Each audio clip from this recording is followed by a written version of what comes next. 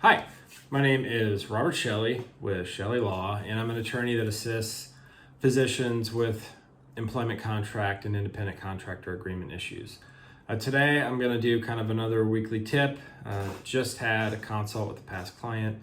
Thought it was kind of an interesting topic. So, essentially, the situation is this physician signed a contract in a specialty that does take hospital call.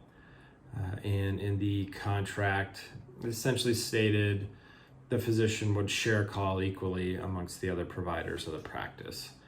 In reality, when this physician started, the call was not equal, and they've had to take what I would consider a very large load of 24/7 call for two hospitals. So, what do you do in a situation like this? The contract favors the side of the physician. They're clearly breaching it.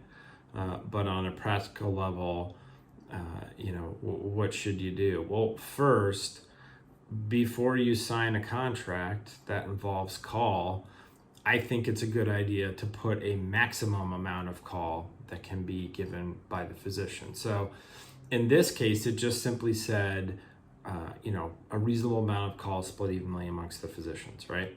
Okay, well, let's say there's 10 people in a group, and so 1 in 10 call is great. What happens if 6 of them leave? Well, okay, the 1 in 4 call. So 1 in 4 is a lot worse than 1 in 10. Or in this situation, it was worse than 1 in 4. So you need to think of what is the maximum amount of call that you're willing to take, and then put that number in the contract. Don't put a minimum.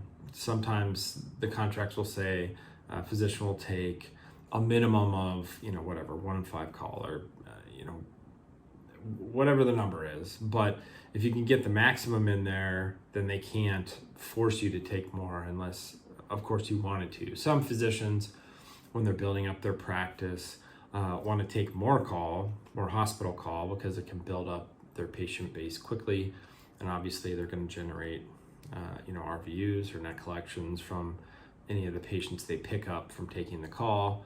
So that's a good way to build a practice. But if you have been out for a while and you have kids and time is more important than money, you don't want to take 1 in 2 call, or whatever the situation is. So the easiest fix is just to say, I will take no more than this amount of call, and get that put into the contract. Now, what happens if the practice is just ignoring that and they're essentially breaching the contract?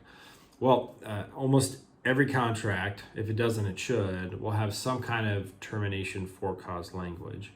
And so what you would need to do, normally there would say, if the practice or a hospital or whoever the employer is in breach of contract, the provider has to give them written notice, and then there will be some kind of cure period, meaning it could be 10 days, could be a month, any time in between that would be a reasonable amount.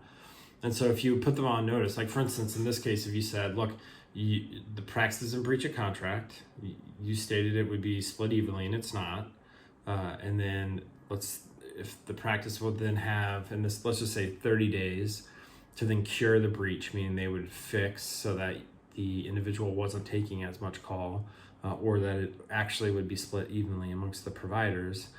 In that scenario, if it's not fixed, then the employee, the physician, would then have the opportunity to terminate the contract immediately for cause. Now, why does it matter if it's for cause or not for cause? Well, many times, if you've signed a signing bonus, moving expenses, you have to stay with the employer for a period of time or have to pay it back. You want language in the contract that states if it's terminated for cause by the physician, that you wouldn't have to pay those back. Same would go for the restrictive covenants. If you terminate it for cause, the restrictive covenants won't apply. Or maybe you're required to pay tail. Once again, if it's terminated for cause, you don't have to pay tail. These would all be beneficial things for a physician if they had to terminate the contract for cause, whereas if they just gave without cause notice, they still have to pay for all of those things. So if you're going to take anything away from this, try to get a maximum amount of call that you have to take, put it into the contract. Potentially could save you some headaches. So anyway, if you have any questions about your employment contract or independent contractor agreement, feel free to contact my law firm at the contact information below in the description.